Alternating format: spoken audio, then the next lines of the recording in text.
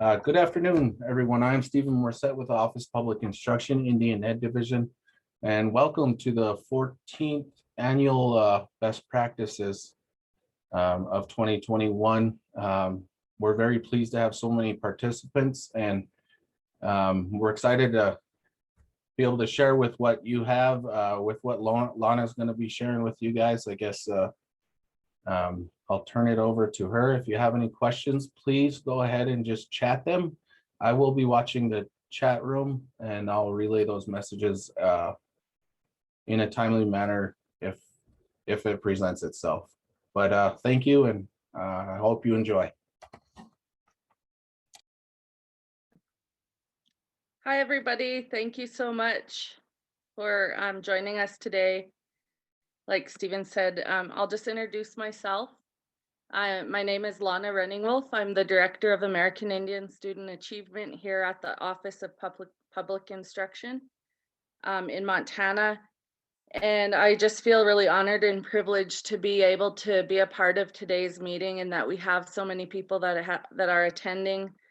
And I see there's a lot of people here that I know, a lot of my fellow Blackfeet from home, and then people from Heart Butte. So I just really feel privileged to be a part of today's discussion. And I hope you were able to hear the message from Oren Lyons earlier. It was just so meaningful to be able to hear the work that he has continued to do in his advocacy for having, or for Native voice being heard. And so that's kind of what he talked about today is kind of along the lines of my presentation. So I just want to say welcome, thank you. I'm Blackfeet, I'm from Browning, Montana. Just a little bit about myself. I have 7 children and 7 grandchildren. And so I asked some of my kids to join today because I really wanted them to be a part of this. I don't see any of them online though, so I'm gonna go ahead and get started. So if you guys are just in the chat, if you would just list where you work and what grade levels you work with, just so I have an idea of the audience that I'm speaking to. And then I'm going to go ahead and get my presentation on the screen, and I will get started.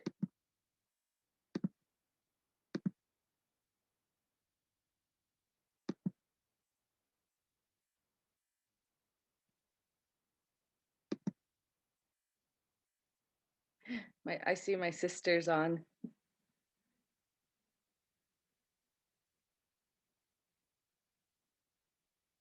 Nice. We have a lot of interventionists. We have IEFA people on here, 4th and 5th, 6th grade, middle school, K through 5.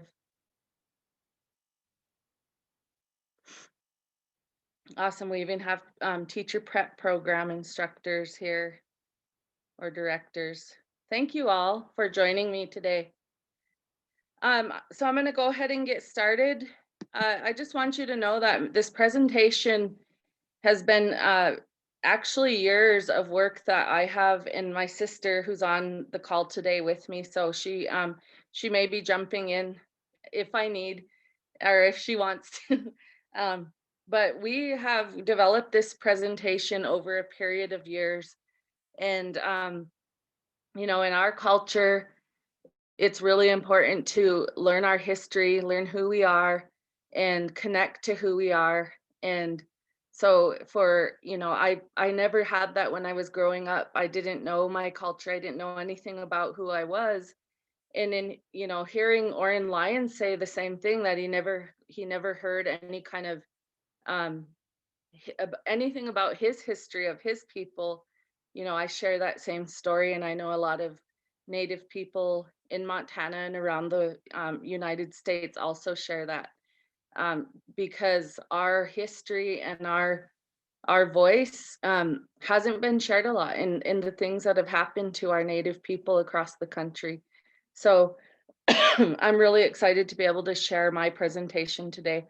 like I said, a lot of this, the work that has gone into this presentation comes from elders that have shared with me.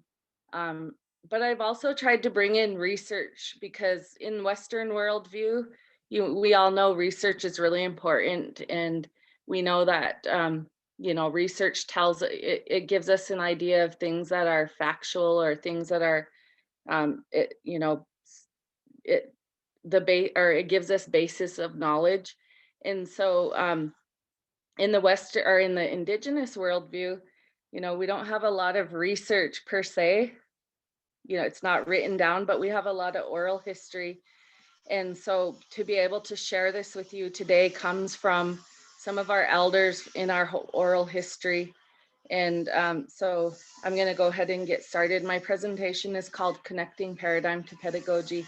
I'm a little bit nervous. It takes me a few minutes to calm down a little bit. So just so you know, I'm not like an expert speaker like Oren is. And I hope you can't hear my husband outside doing some construction work. So the presentation is called Connecting Paradigm to Pedagogy. And so it's really important when you're thinking about the students that you work with. And I'm not just talking about Native students, I'm talking about all students in general. All of us, every human being needs to feel positive self-identity or positive self-concepts. And so the question is, how are those kind of things developed? How are self-identity, how is self-concepts developed? And so there's a lot of research out there in academia that tells us it depends on the type of environment you are in, but a lot of self-identity is formed from who you are, in who your parents are, the relationships you have around you with your family, your community, where you come from, what community you're from. There's a lot of research out there that talks about environmental influences, such as religion, the demographics of where you're from. Media nowadays can play a big role in self-identity. We know that to be true, and like all the social media today, there's a lot of influencers out there that actually make a living off of helping people to develop self-identity. Another thing that can contributes to developing self-identity, both positive and negative, is the ability to have, or the type of internal dialogue you have with yourself. It also can be formulated through your ability to self-love. And some of the research that is out there through psychology and sociology, we know about the self-actualization of Abraham Maslow, his hierarchy of needs, where his theories are based on the basic needs, certain needs having to be met before you're able to self-actualize, and that could contribute to who you are and your self-identity. There's also Erickson's view on self-identity or self-concepts, where he talks about developmental processes and how as you're growing, you start to, through your developmental process, you start to formulate who you are, what you believe in, the type of self-image you have, the ability to love yourself. All of these start to formulate through the developmental process. And then there's also a lot of theory that Rogers has brought to psychology, and he talks about the his theory is based on the ideal self and self-image. Like when you bring those two together, when they come together at the perfect time, that can create your self-identity. So there's really a lot of research throughout the years, decades and decades of research that formulates who we are. And it's really important to think about that when you're you as teachers in the work that you're doing with your students. Because basically what we're saying when we talk about self-identity and all the research that's out there, we're talking about everybody comes from different environments that create different whether it's positive or negative self-identity. And I put a little quote in here that I really liked. It says, an individual self-concept is at the core of his personality. It affects every aspect of human behavior, the ability to learn, the capacity to grow and change. A strong, positive self-image is the best possible preparation for success in life. So as educators, I want you to keep this in mind when I do this presentation. I'm setting the foundation for you as educators to understand what natives have gone through in their history and what we can do today for Native American students to help them develop this positive self-identity.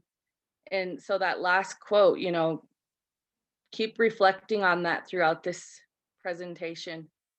Self-concept, it affects every aspect of human behavior, the ability to learn, the capacity to grow and change. And then there's another concept that you have to know as educators.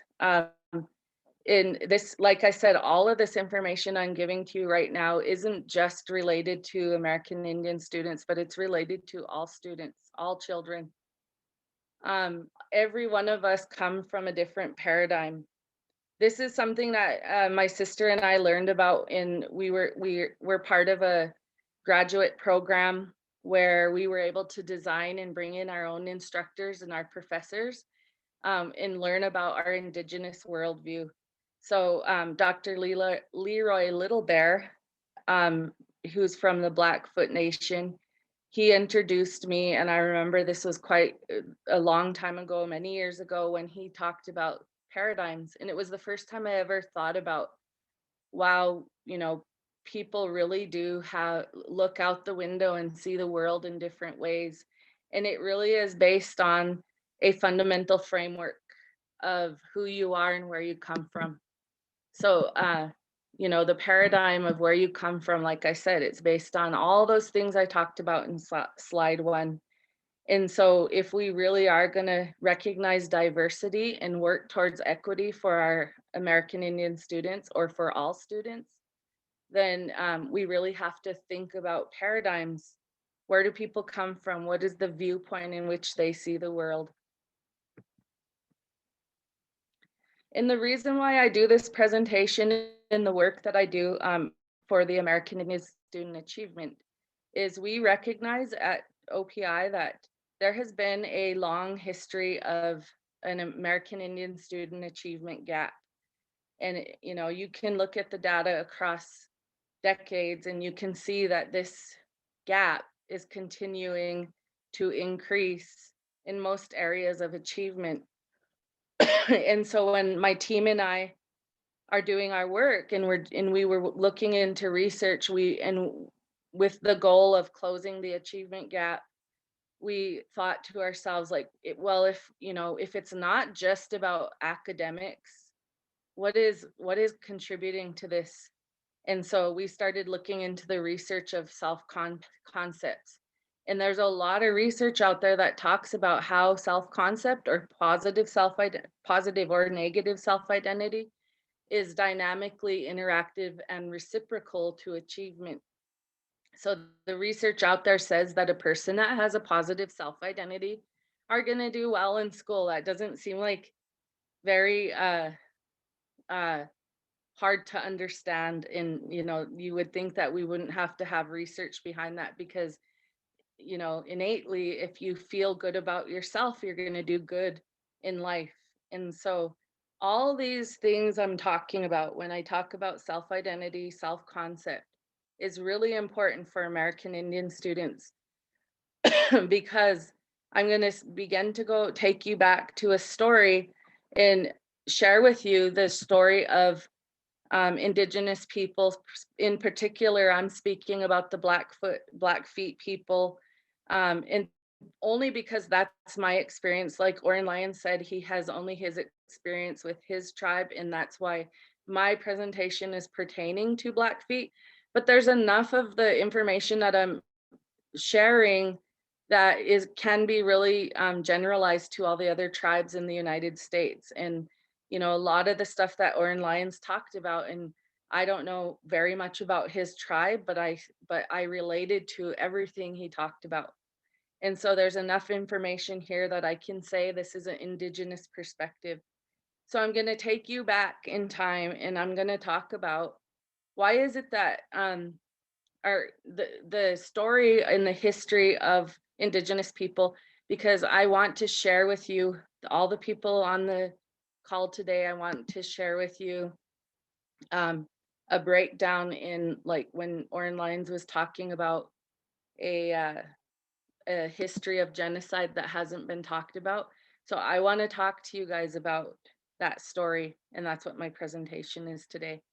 So these pictures here is kind of illustrating who Indigenous people are. I mean, this was take we're gonna go back in time, all the way back to when we still lived in teepees and we still lived on the land, and the environment was you know, really, we were still really connected to the environment. So I put these pictures together to kind of illustrate that this was a, you know, what you see is people that have systems, um, whereas, you know, some of the history that you can read about in social studies books or mainstream education, you hear people saying Native people were nomads, and they followed the food, and they were hunters and gatherers, and they followed the food wherever the food went.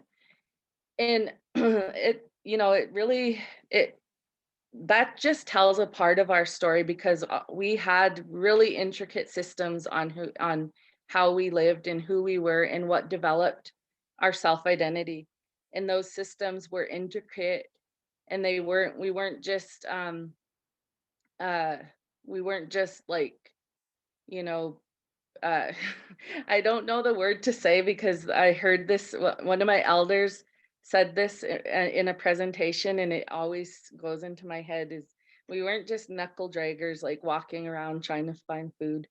And so the systems that we had in place to help develop who we were was based on the environment.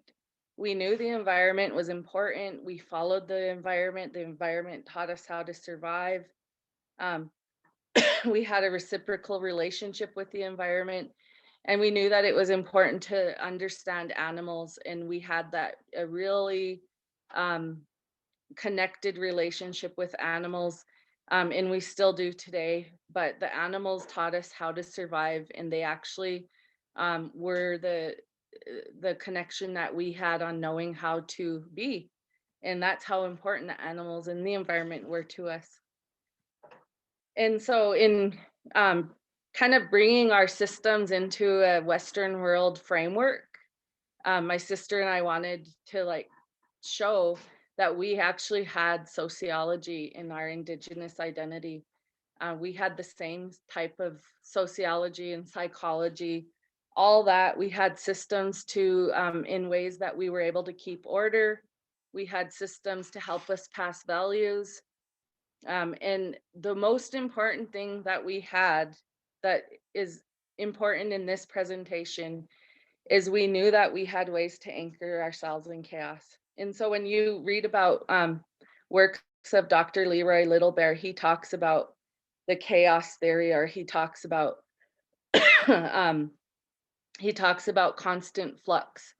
And what that was is that the environment taught us that nothing was ever going to be the same.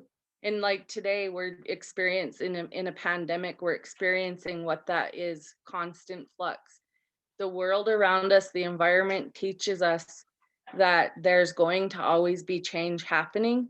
And in order for us to be able to make it through things like the pandemic or COVID or all the change or the chaos that's happening around us, is our sociology provided us with anchors in how to survive and how to make it through those changes that was occurring. And these were things like our stories. Our stories taught us a lot, and we passed our stories because we needed those stories to anchor us. Um, our ceremonies and our songs, our language, things like smudging in ceremonies that helped us to manipulate energy. That was an anchor. Excuse me. We also had our family structures. That was really important in how we anchored ourselves. And so that, to think about that, we had extended kinship relationships. So it wasn't just about your mom and dad or your grandparents or your brothers and sisters, because you may have had a lot of mothers and fathers. Matter of fact, still today, my grandchildren call my sister grandmother too. And they always tell her, they'll always go to her and say, "Grandma, can you get me some water?" Or and that's just the way it is in our culture and our anchors in how it gets us through, is we have such dynamic extended kinship relationships that we can make it through anything. So through the constant flux, we always had these anchors to help us anchor ourselves, and that was based on survival. Our systems were aimed at developing a whole person. So when you heard Oren Lyons talking about this value system that Western world may be missing, this is a part of that. Was a whole person in Indigenous sociology. We were developing whole people, and that included our understanding of the environment and all those things that I talked about at the beginning. We knew our relationship with animals. We knew our relationship with the community. Um, all of these things that helped us to be self-actualized.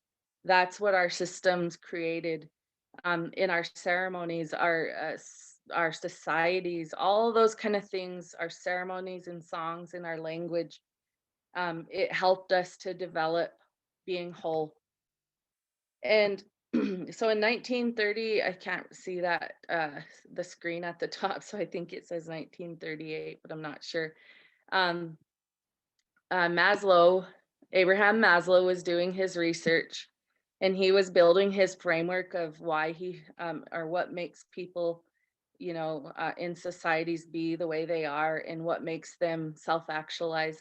And so he came to the Blackfoot, which is the Canadian side of our border, where our sister tribes are.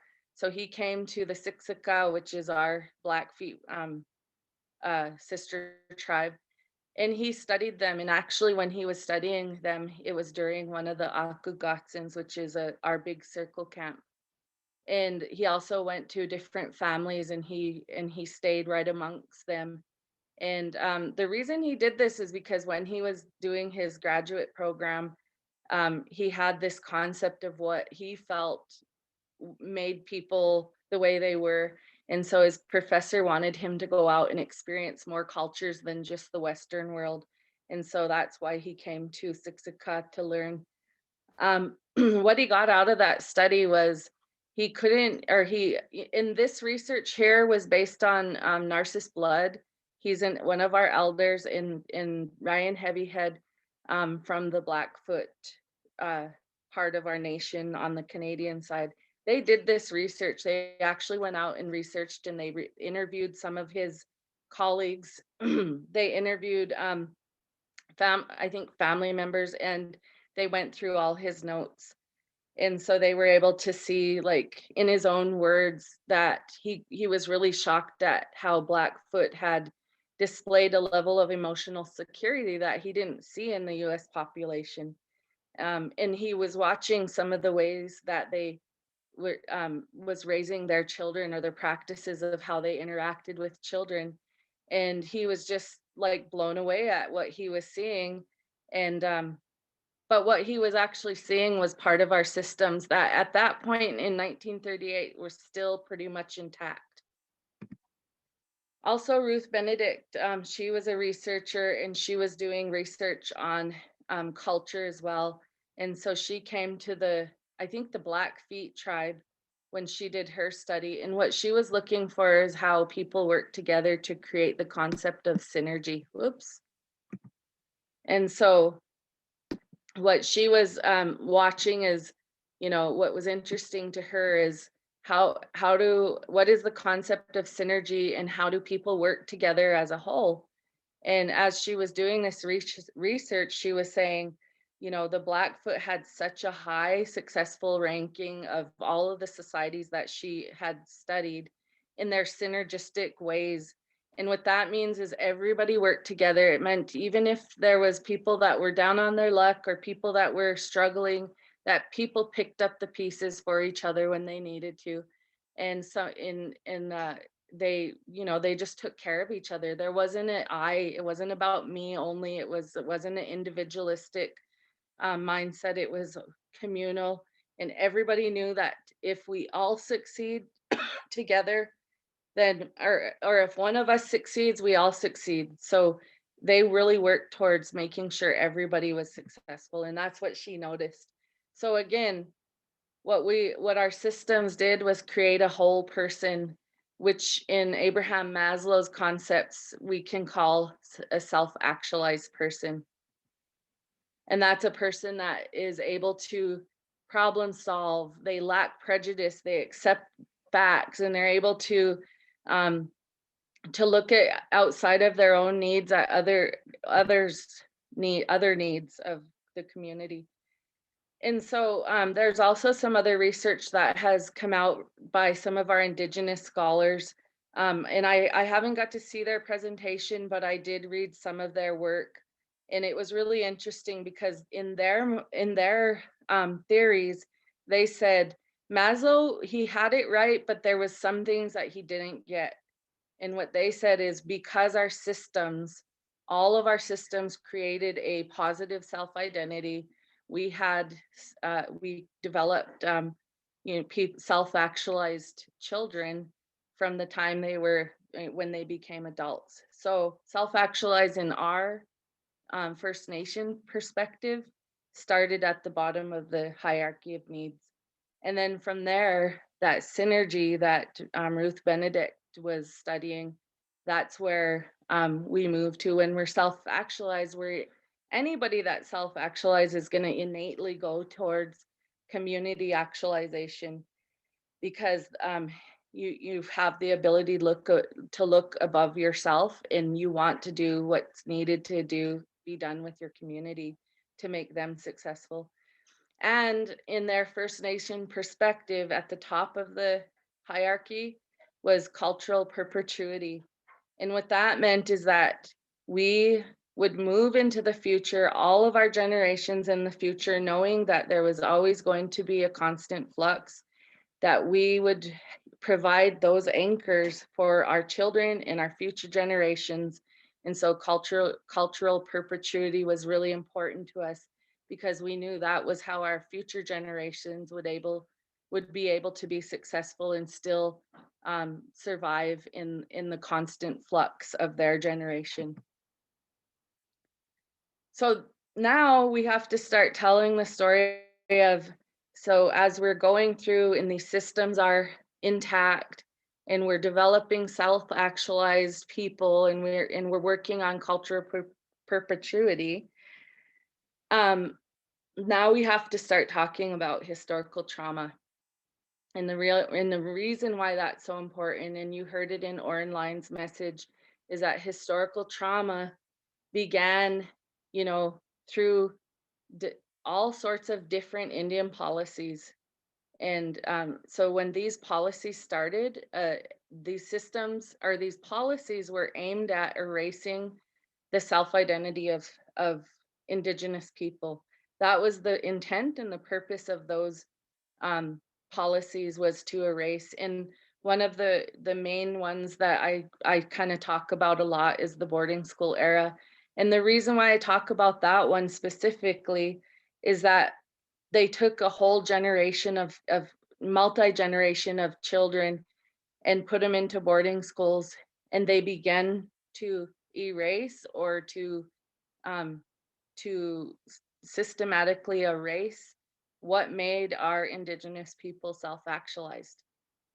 And so what were they replacing that with? And that's the question. When you think about boarding school era, you're talking about generations of children that didn't have the community or the extended kinship relationships anymore. They didn't have a mother or multiple mothers and fathers that were teaching them how to be. They didn't have their language. They didn't have their anchors. And so the anchors were being taken away. And it left us with a generation um, of breakdown of self-actualization. And that wasn't the only policy either. I mean, it's important for everybody to tell the true story, but boarding school isn't the only policy that did this. There was a lot of other policies, such as the Indian Removal Act, the Allotment Act, which is the Dawes Act. Um, there's other acts like the Indian Reorganization Act. There's there's a lot of different policies, US policies, that may have had good intentions because they were trying to replace the anchors with something, but it just didn't fit in the paradigm of our people. And so it left us with a breakdown of our anchors and of our self-actualized people. And so the results is high levels of statistics and disproportionate levels of all these, all the statistics you can think of. You name it, we're at the top of it. It doesn't mean everybody that was a part of, that has been touched, or every Native American is, not doesn't have the ability to self-actualize, or they're not self-actualized. But we have a lot of people that are lost in the cycles of generational trauma that began from those policies as origin points. And so there's a lot of, um, and we know it to be true. We see it throughout some of our um, some of our statistics and in work that we do in schools, where our students are lacking that positive self-identity that we need them to know. So how do we change this? I know we're getting ready to, time is getting ready to, how much time do I have, Stephen? You actually still have about 17 minutes, but I was just going to let you know there's a couple good comments. I didn't know if you wanted to hear those or if you Sure, want to read them sure. later. But Terry Jarvis, I'm not sure the district he's in, but he or she, I'm not sure. Terry, this is amazing. It's frustrating. It isn't taught in college. We learned about Maslow. However, we did not hear about him actually meeting the Blackfeet. And then Cindy Duffy from Great Falls Public School says, I see a lack of community affects my students and causes them anxiety, loneliness, daggers their growth toward identity. So Mhm. I think everybody's appreciating yours as much as I am. But anyway, I just wanted to cut in there. I didn't know if I'd No, have that, the opportunity. So I thank you. apologize if I disrupted you. No, not at all. That was actually a good little segue into the next part of the presentation. So thank you guys for those comments. Yeah, I mean, this is why I do this work, is because when we know that there's students that are off reservation, or they may be out of their paradigm, that helps them to feel connected, or that sense of belonging. That's what you're going to see. You're going to see students that are lacking positive self-identity, and you're going to see that it come out in behavior, or you may see it come out as uh, like we have such high levels of trauma that comes out in behavior as well. So that's what this presentation is about. So thank you for that. So the question is, as teachers and educators, what do we do? Where do we go from here? And so connecting that, our understanding of what I just presented to you, that understanding of that paradigm, um, I think it's important. One thing for me to say is that what we are left with now is we have a lot of tribal communities that are trying to put back their pieces of their worldview, but there's a lot of it's not not everybody agrees on what that worldview looks like anymore. And so it takes a lot of work to bring back those anchors, and for everybody to agree what those anchors are, and how, in those of you from Native communities know what I'm talking about, because there's a lot of struggle in understanding what our culture is, or what maybe mixing up our culture with like different cultures, or one of the main things we have is because we have such high levels of poverty and there is a culture of poverty, that a lot of people mistake what they see in our communities as now our culture, such as, the trash situation, where you hear people talk about, oh, those reservations have so much trash. Well, and I always say, yeah, I mean, every area in the world that has high levels of poverty has a lot of trash, because that's part of the culture of poverty. So, connecting the paradigms, what do we do? This is the work that my team at ASA, in American Indian Student Achievement, this is what we do. This is our ultimate goal of the work that we do, is to take and help districts that are serving American Indian students to bring back their positive self-identity. And what we ask people to spend their gap money and their gap funding on is things like helping them to rebuild this self-identity through knowing their culture, helping them to relearn languages. You see a lot of language revitalization happening. This is why we're bringing back these values, and we're working on bringing back, and I'm not just saying me, I'm saying there's a lot of people, a lot of elders, a lot of community members that are doing things in their own ways of trying to restructure, sorry guys, trying to bring back these the paradigm and rebuild that paradigm for us, and taking out all of those things that aren't us, that the poverty things that you see, a lot of alcoholism and all in domestic abuse and sexual abuse and all those things that aren't us, but they actually had an origin point. We're trying to break all of those cycles, and we're doing it by replacing and bringing back who we were in our self identity. But what we need to do as educators is understand the difference between historical trauma and generational trauma. Historical trauma, that word historical makes it seem like trauma doesn't exist anymore. It happened a long time ago. So you get a lot of people that have a mindset of, oh, well, it happened a long time ago. Let's just forget about it and move forward. Let's just focus on all the strengths, and let's just focus on everything good.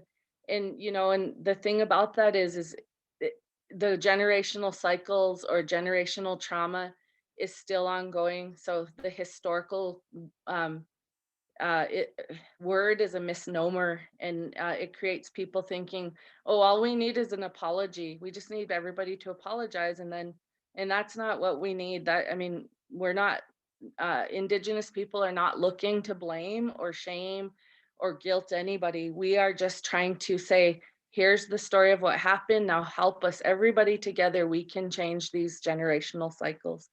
So we have to understand the difference between the two. Historical trauma is, those are based on policies that perpetuated trauma. It was inflicted on mass people. It was due to our race, and it was due to our race. There's no argument about that. And it created the origin points for paradigm shifts within our Native communities, including culture and language loss, negative self-identity concepts.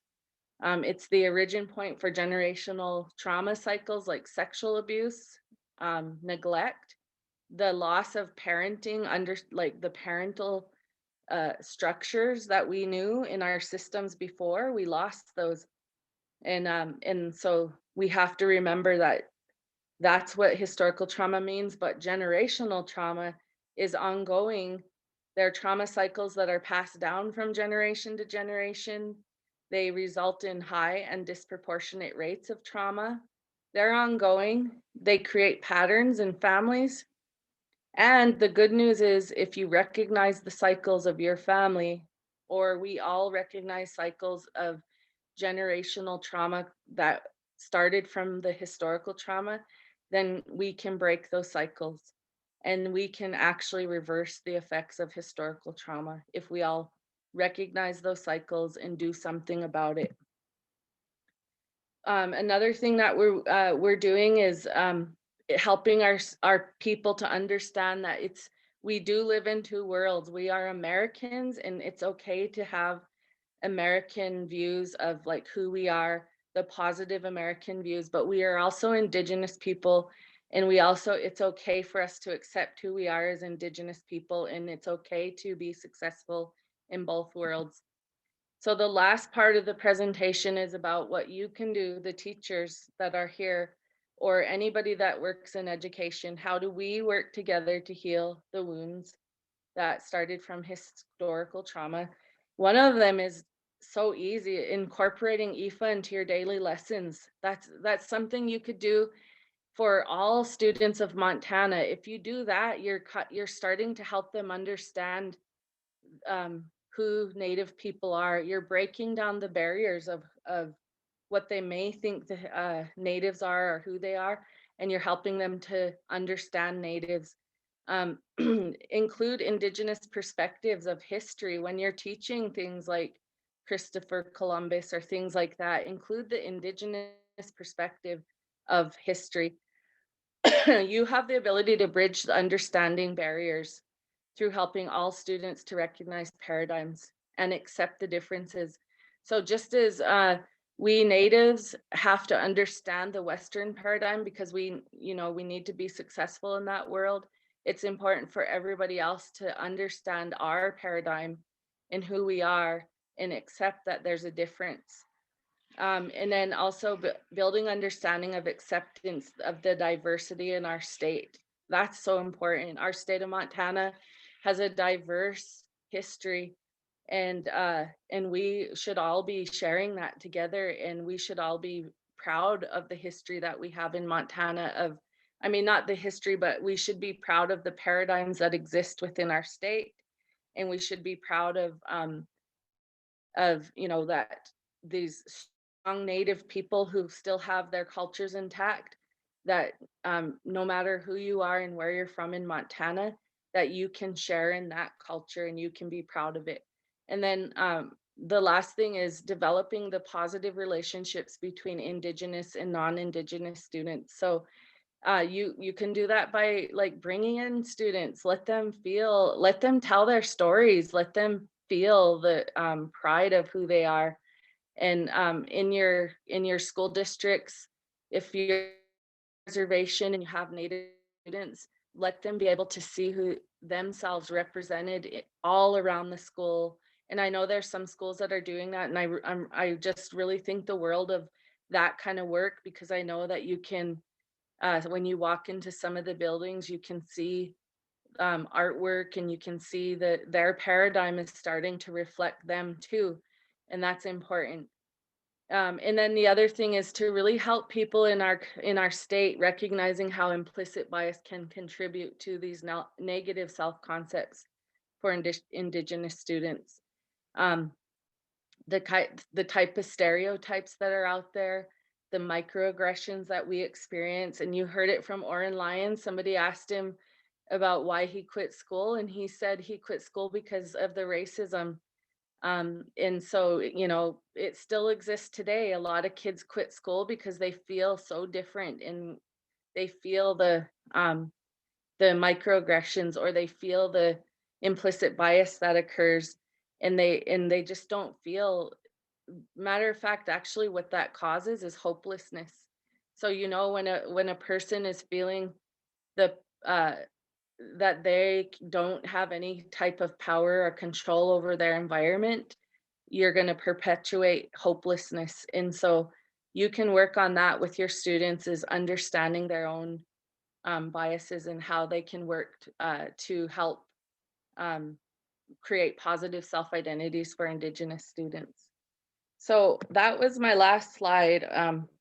I have more slides, but I just felt like that was as far as I was going to go today. I hope you understand that, like, I think it was Mike Jetty that said earlier today, when we move forward in this kind of work, there is no blame, shame, or guilt that has to happen. This literally is just going back and teaching the history of what happened and being honest and open about it, and not being afraid to tell the truth and the true story of what Indigenous people go through and happen to our natives in Montana, and why we see some of the things that we see. I think it's really important. So thank you guys for the work that you do. I'm honored to be amongst you all, and I hope that I made some sort of impact today. All right, there's a few comments and there's also some questions. I don't know if you want me to just go ahead and read them or if you want to look at them, the last few. Go ahead, you can just. Carla Anderson from DOC just said she teaches many Native Americans in the prison system. And then D. Lynette St. Clair asked a question that's probably pretty important, especially related to your presentation. Our parents are our students' first teacher. How do we as Indigenous educators extend lessons beyond the classroom and into the homes to help parents realize the importance of cultural perpetuity? I mean, that's so true, and that's what we're up against in our reservation communities. Is we're up against not just helping the kids, but we also have to think about how do we make a community impact. So I think that, just by doing these type of presentations or having these type of webinars or things that we're inviting parents to. I know there's one district that actually brings um, they do parenting classes, and they bring in that cultural and history connection, because there's something about that helps people, empowers people when they realize that a lot of the things that are happening to them are because of generational cycles. And then when you have that understanding, it gives you the ability to break cycles, and that's really what we're trying to do here. So I think those are some ideas. um, and one of the things that I think about is, if we just can impact our students, and that's what I always told myself when I was in the classroom, if I can impact the students right now in their lives to break the cycles when they become adults, we are going to have another generation that actually changes us and brings us back to our paradigms and brings our anchors back. So um, I hope that answers your question a little bit. Yeah, I believe so. And then Terry Jarvis just asked a question. I could definitely answer it if you, does the Montana Constitution include a section that states IEFA needs to be taught in all schools in Montana? I don't know if you want me to answer that or Go ahead, you can. so yeah, Terry, simple answer. Indian Ed for All has been it's been in the Constitution since 1972. And if you want to look at it, it's MCA -201 R220-1-501. And that specifically talks about Indian Ed for All. That happened a few years later. And you could also look at section 1 of that, and it'll explain all that. And if you look on the Indian Ed for All website, you could also find that information. If you need me to include that in the chat, I definitely can. But moving on, he also continued to say, well, I teach that. It does from Missoula, by the way, grew up in Wolf Point. Thank you, Cindy. I've always wondered if all schools teach it. Cindy must have caught it, and I responded to his question. And then Carla at the DOC again says, at Montana State Prison, we got a grant that if you qualify for the parenting program called CAMP, CAMPP, Montana, that will help you connecting families with their fathers, which is kind of cool. Probably, well, just because we know the statistics behind not having a father around. But and then she continued on to say, well done. I really appreciate your presentation and sharing your perspectives. Shannon Chamberlain also thanks you. So does Andrea Watrud, I believe. Excellent presentation by Diane Brown commented. Really helpful. Sherry Hobbs, the statement, no blame, shame, or guilt was very powerful to me. Thank you. Thank you for sharing, Lana, from Ruth Ferris. Gives me a lot to think about. So if you want to go ahead and read through those comments, it looks like a lot of just everybody appreciates your, I don't know if there's any further questions. I don't see. Oh, I see one from Aspen Many Heights. Our school's MCLSDP shows that we are lacking in reaching out to family and community. What events or goals can we include into our plan to reach our community? Oh, that's a really good question, because I think that there's a misunderstanding with Title I fundings or even ESSA fundings that, and including those that the Montana literacy grants, that the government is saying that you can use that funding with culturally based activities. And so we just had a meeting with with 6 of our districts on reservation where we, we had some of the federal grant directors and people come in to explain that those kind of things can be put onto your plans. You can use it for that kind of stuff. So bringing in culturally based activities like family engagement activities, your funding can be used for that. So I think, bringing in things like that, parental education, community education, thing on helping people to understand generational cycles, those are all powerful ways that you can increase family engagement, and kind of move past like this. What we did in the past was always like, fun, crafty activities, which is good. But there's the other things you can do too, like parenting classes, and there's a lot of districts that do that. So those kind of things and culturally based ones, I think is really important. So thank you for that question. So it looks like you just looks like you don't have any more questions that I see. Everybody's just thanking you. We thank you here, your colleagues here at Indian Ed for All. Excellent presentation. I guess if Mike Jetty was in the room, he would probably leave with a joke. So I was thinking about this. I was like, when I was on a camera, it says that, they've always said that camera adds 10 pounds. But it has nothing on COVID because I gained 40 pounds during COVID and I'm currently trying to work and get it off. So the camera has nothing on COVID. But anyway, thank you very much. And yeah, appreciate Thank you guys so much. I hope you guys have a good rest of the conference. By the way, if you guys want any more information regarding like the research we do at ASA, our website is, you can Google Montana American Indian Student Achievement and you'll see our website. We have a lot of resources and we're working on more right now, but go and look at that website because we have a research project that we're in the middle of right now, and our first part of it, the first phase is done, and that will give you a lot of information of what people are feeling our American Indian students need. So I encourage you to go look at that. Would you put it in the chat? I can. Thank you. We'll take a second here. Navigate there.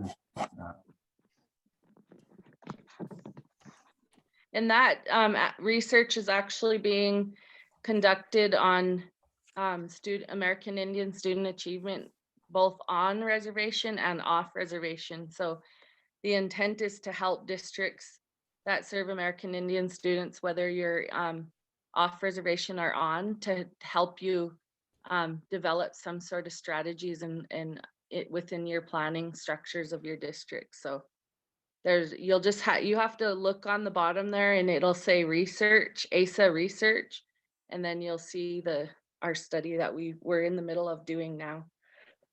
Sorry about my cough, guys. Thank you all. So that's on one of the tabs I just linked in, actually American Indian Student Achievement. But if you look on the tabs, it's research and data. Yeah. So thank you guys. And it looks like we have about 5 more minutes. We went over a little bit.